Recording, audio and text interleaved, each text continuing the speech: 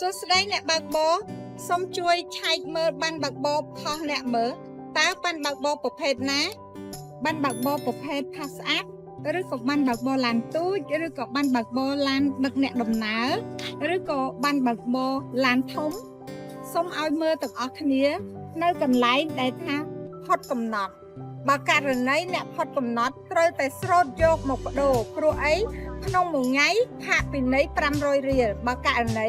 ដល់កំណត់ហើយអ្នកអត់បានបដូរហើយឆ្ងល់ទេហេតុអីបានជា